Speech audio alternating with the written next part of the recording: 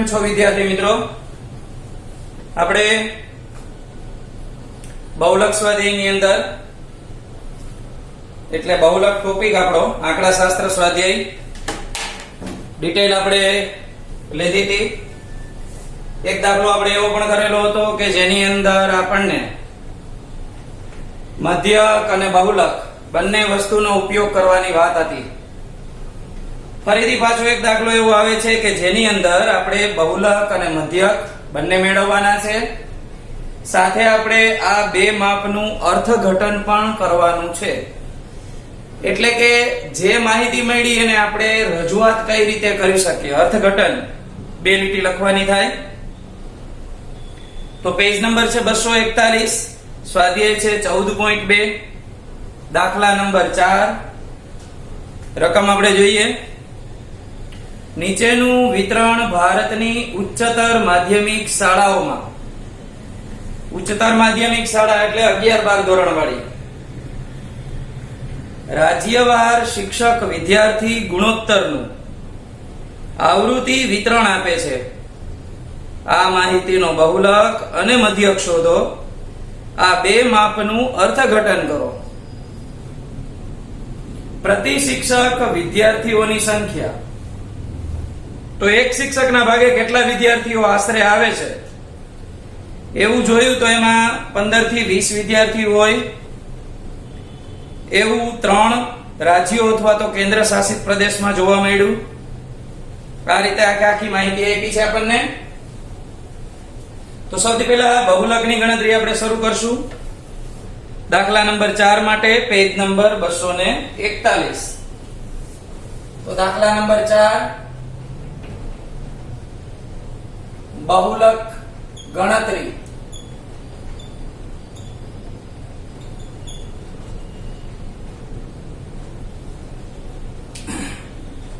ચાલો અહીંયા તો આપણે સૌથી પહેલા સૌથી મોટી આવૃત્તિ મેળવવાની હોય. તો સૌથી મોટી આવૃત્તિ આપણને આપેલી છે 10. તો એની વિગતો લખીએ. અહીં સૌથી મોટી આવૃત્તિ 10 છે, જેને સંબંધિત વર્ગ. તો આપણને 10 ની સામે વર્ગ જોઈએ તો 30 થી 35 આપેલો છે, જેને સંબંધિત વર્ગ 30 થી 35 છે. માટે બહુલકીય વર્ગ બરાબર 30 થી 35. હવે આની અંદર બીજી વિગતો. તો L આવશે પેલા. તો L ને કહેવાય બહુલકીય વર્ગની અધઃસીમા, અને એ આપણને મળશે 30. ત્યાર પછી F1 લઈએ. F1 એટલે બહુલકીય વર્ગની આવૃત્તિ. એ આપણને આપેલી છે 10. F0 બહુલકીય વર્ગની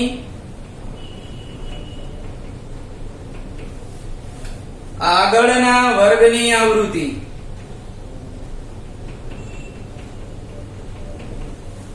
તો 10 પછી આપણે આગળ જોઈએ તો 9 આપેલા છે. તો અહીંયા 9 આપણે લખશું. F2 તો કે બહુલકીય વર્ગની પાછળના વર્ગની આવૃત્તિ. તો 10 ની નીચે આપણે જોઈએ. એ આપણને આપ્યા છે 3. તો અહીંયા 3 લખશું. H જોઈએ. H એટલે વર્ગ લંબાઈ. તો વર્ગ લંબાઈની અંદર આપણે ચેક કરીએ. વર્ગ લંબાઈ 5 5 ની આપી છે, 15 20 25 30 એવી રીતે. તો અહીંયા આપણે 5 લખશું. બહુલકનું સૂત્ર લખીએ. બહુલકનું સૂત્ર z બરાબર l plus f1 minus f0 છેદમાં 2f1 minus f0 minus f2 અને ગુણ્યા h. ચાલો વિગતો લખીએ. l એટલે 30, તો અહીંયા 30 લખવાના થશે. f1 અને f0 10 અને 9 આપ્યા છે, તો 10 ઓછા 9 છેદમાં 2 ગુણ્યા 10 ઓછા 9. f2 ની કિંમત આપી છે 3 અને h ની કિંમત આપી છે 5. સાદુરૂપ આપીએ આપણે આનું. 30 પ્લસ 10 માંથી 9 જશે તો 1 વધશે. ગુણાકાર કરીએ તો 10 2 20. 9 અને 3 બંને માઈનસ છે, તો માઈનસ માઈનસ પ્લસ થશે, માઈનસ 12. અને અહીંયા મળશે 5. ત્યાર પછી 30 પ્લસ 1 ના છેદમાં 20 માંથી 12 જશે તો 8 મળશે. ગુણાકારમાં 5 છે એને આપણે અહીંયા ઉપર લઈ લઈ, એટલે 5 ના છેદમાં 8 આ રીતે થશે. અહીંયા તમે ચોકડી ગુણાકાર પણ લઈ શકો અને ભાગાકાર કરીને જવાબ મેળવી શકો. આપણે ભાગાકાર જ કરીએ છીએ દર વખતે.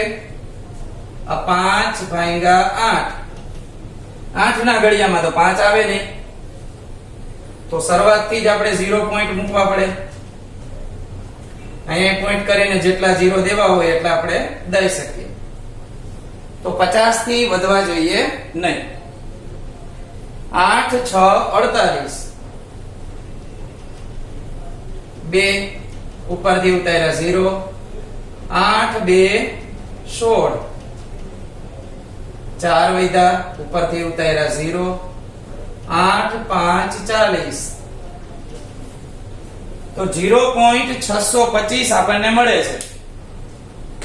તો એને આપણે એમ નામ રાખશું, કારણ કે 5 પછી ભાગાકાર અટકી જાય છે, આપણે આગળ લખવાની જરૂર નથી. તો સરવાળો કરી નાખીએ આપણે 0.625 સાથે. તો 30 પ્લસ 0.625, તો z નો જવાબ મળે આપણને 30.625. જો તમારે આશરે લખવો હોય તો તમે 30.63 લખી શકો, પણ આ આપણો નજીકનો જવાબ કહેવાય એકદમ. એટલે બને ત્યાં સુધી આમાં આંકડા કટ કરવાના નહીં. તો આ આપણે બહુલકની ગણતરી પૂરી કરી. હવે આપણે આની અંદર મધ્યકની ગણતરી કરશું, અને મધ્યકની ગણતરી કર્યા પછી એની નીચે આપણે અર્થઘટન લખવાનું છે. ચાલો તો આપણે મધ્યક માટે ડિટેલ લખીએ આની. તો સૌથી પહેલા આપણને રકમના બે હેડિંગ આપ્યા છે એ લખી નાખીએ. અહીંયા હું હેડિંગ આપી દઉં મધ્યકની ગણતરી.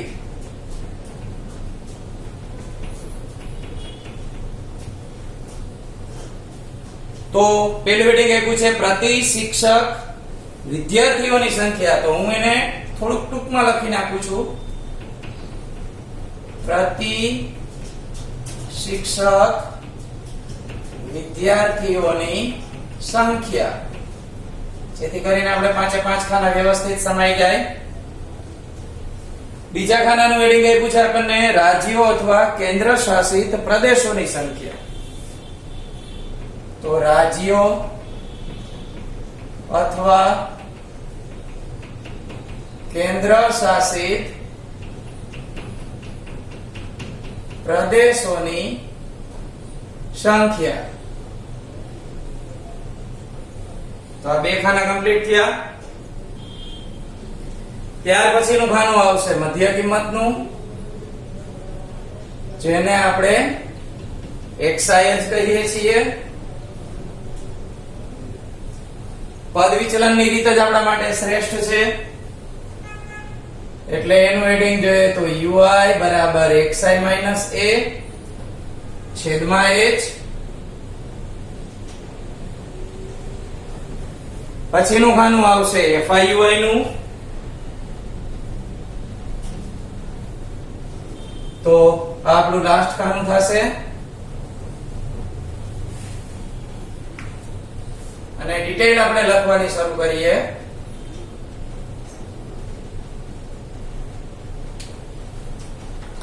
તો સૌથી પહેલા આપણે બે ખાના જે રકમના આપ્યા છે એ લખી નાખશું. તો આપણી રકમની વિગતો જોઈએ. વર્ગો 15 થી 20, 20 થી 25, 25 થી 30, ત્યાર પછી છે 30 થી 35, 35 થી 40, 40 થી 45, 45 થી 50, 50 થી 55. આ આપણે xi વાળું પહેલું ખાનું લખી નાખ્યું. ત્યાર પછી આપણે જોઈએ તો આવૃત્તિનું ખાનું 3, 8, 9, 3, 8, 9, 10, 3,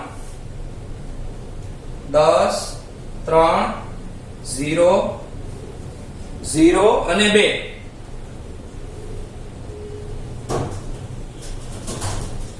હવે મધ્ય કિંમત આપણે લખશું, પણ એ પહેલા આપણે આવૃત્તિ મેળવી લઈએ. અહીંયા કુલ, અહીંયા n પણ કહી શકાય, સિગ્મા fi પણ કહી શકાય. 2 ને 3 5, 5 ને 9 14, 14 ને 3 17, 17 ને 8 25 અને બીજા 10 એટલે 35. મધ્ય કિંમત મેળવીએ. 15 માં આપણે 20 ઉમેરીએ તો આપણને મળે 35. 35 ના અડધા ન આવડતા હોય તો 34 ના અડધા તો આવડે 17. તો 35 ના અડધા થશે 17.5. તો આપણને પહેલી મધ્ય કિંમત મળે 17.5. 5 5 નો ગેપ છે આપણી પાસે, તો 17 માં 5 આપણે ઉમેરીએ તો 22.5, 22 ને 5 27.5, 27 ને 5 32, 32 ને 5 37, 5 42, 47 અને 5 52. હવે આપણે મધ્ય કિંમત લઈ લઈએ. એમાંથી એ ધારણા 1 2 3 4, 1 2 3 4. અહીંયા પણ આવું થયું એટલે આને આપણે એ તરીકે ધારણા લઈ લઈ. હવે ui નું ખાનું કમ્પ્લીટ કરીએ. તો ધારણા કઈ છે એની, ત્યાં આગળ 0 0, અહીંયા આગળ -1 -2 -3 +1 +2 3 અને 4. હવે આપણે FIUI ની ગણતરી કરીએ. તો 3 3 9, 8 2 16, 9 1 9, 10 0 0, 3 1 3, 0 2 0, 0 3 0 અને 2 4 8. અહીંયા આગળ આપણે સિગ્મા FIUI મેળવીએ. આ સિગ્મા FIUI ની અંદર સૌથી પહેલા આપણે માઈનસ ની ગણતરી કરી લઈએ. 16 ને 9 25, 25 ને 9 34, તો માઈનસ માં 34 મળ્યા. નીચે જોઈએ તો પ્લસ ની ગણતરી કરીએ.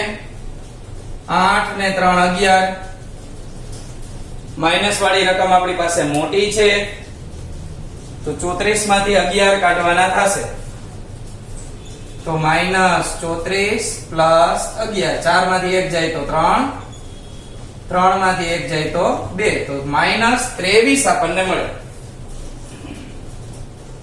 વિગતો લખી નાખીએ.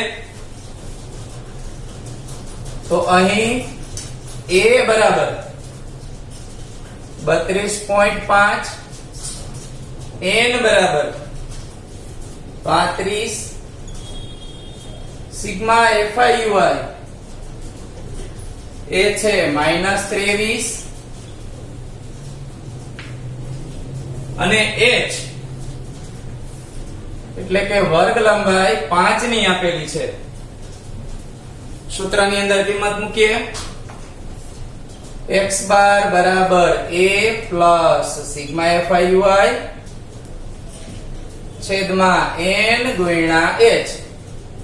ચાલો a ની કિંમત તો કે 32.5 પ્લસ સિગ્મા FIUI -23, n ની કિંમત 35 અને h ની કિંમત છે 5. તો અહીંયા આગળ 5 સત્તા 35 થઈ શકે છે, તો આપણે કરીએ છીએ ઉડાડીને.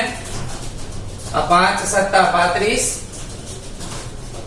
અહીંયા 32.5 પ્લસ માઈનસ માઈનસ 23 ના છેદમાં 7. આપણે આનો ભાગાકાર કરી લઈએ. 23 ભાગ્યા 7 નો, ચાલો 23 ભાગ્યા 7, 7 3 21, 2 વધ્યા. અહીં આપણે પોઈન્ટ આપી દઈએ. 7 2 14, 6 આવ્યા. 7 8 56, 4 આવ્યા. 7 5 35, 7 6 42 વધી જાય તો ભાગાકાર ચાલ્યા જ રાખે છે. તો આપણે આને બે આંકડામાં લખવું હોય તો છેલ્લે 5 છે એટલે 3.29 લખી શકાય, જે એની આશરે કિંમત કહેવાય. તો 3.29 આપણે માઈનસ કરશું. ચાલો બાદબાકી કરી નાખીએ. 32.5 આપ્યા છે એને બદલે 50 લખી નાખીએ. પોઈન્ટ પછી 0 ની કઈ વેલ્યુ નથી. 3.29 જાય 50 એટલે લખ્યા કે આપણે અહીંયા બાદબાકીની અંદર બધા આંકડા સરખા ગોઠવાઈ જાય. 4 10, 10 માંથી 9 જશે તો 1 વધશે. 4 માંથી 2 જાય તો 2 વધે. 2 માંથી 3 નહીં જાય, 12 માંથી 3 જાય તો 9 વધે અને 2 ના 2, તો 29.21 આવો આપણને આન્સર મળે. x બાર નો 29.21. હવે વાત આવી અર્થઘટનની. તો અર્થઘટનનું કઈ રીતે થઈ શકે? તો આપણને જે ડિટેલ આપી છે એ ડિટેલની અંદર આપણે ખાસ જોવાનું કે એણે વિગતમાં શું લખેલું છે. તો એમાં લખ્યું છે કે પ્રતિ શિક્ષક વિદ્યાર્થીઓની સંખ્યા અને રાજ્યો અથવા કેન્દ્ર શાસિત પ્રદેશોની સંખ્યા. તો અર્થઘટનની અંદર એ શબ્દ આપણે એવા જ વાપરવા પડે. અર્થઘટન બહુલક એટલે સૌથી વધારે વાર જે પ્રાપ્તાંક રિપીટ થતો હોય એને બહુલક કહેવાય. તો આપણે અહીંયા લખશું મોટા ભાગના રાજ્યો અથવા કેન્દ્ર શાસિત, જે આપણું હેડિંગ હતું, પ્રદેશોની સંખ્યા